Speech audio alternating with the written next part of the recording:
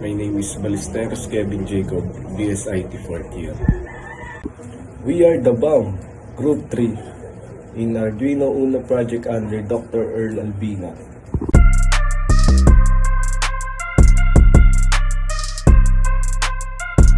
Hi, my name is Mark Andrew Gentio Ocampo, Group 3 in Arduino Uno project under Dr. Earl Albina.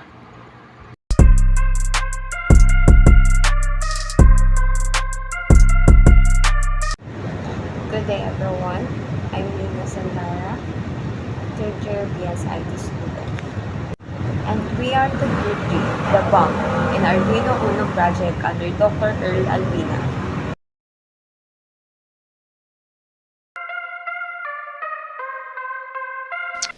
Good day everyone, my name is Erico Morales Bato, 4th year and BSIT student.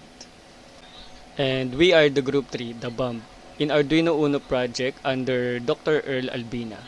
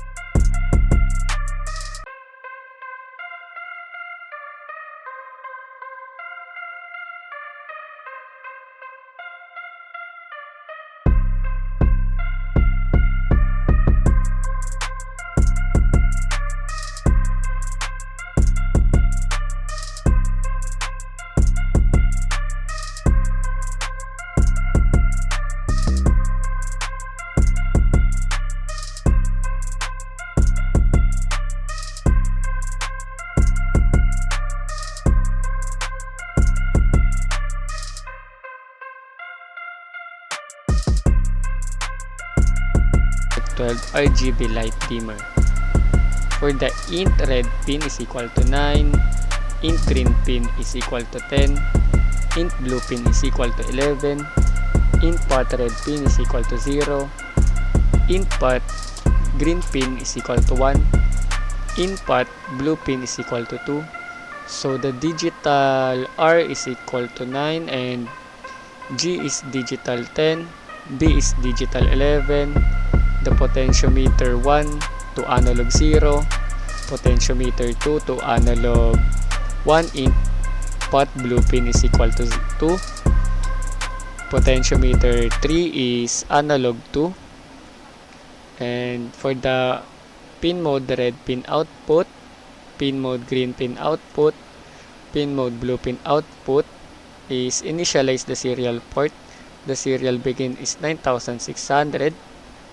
For the void loop, we have input red, input green, input blue. So the analog read pot red pin is read value from the potentiometer of red LED. For the analog read pot green pin, read value from potentiometer of green LED.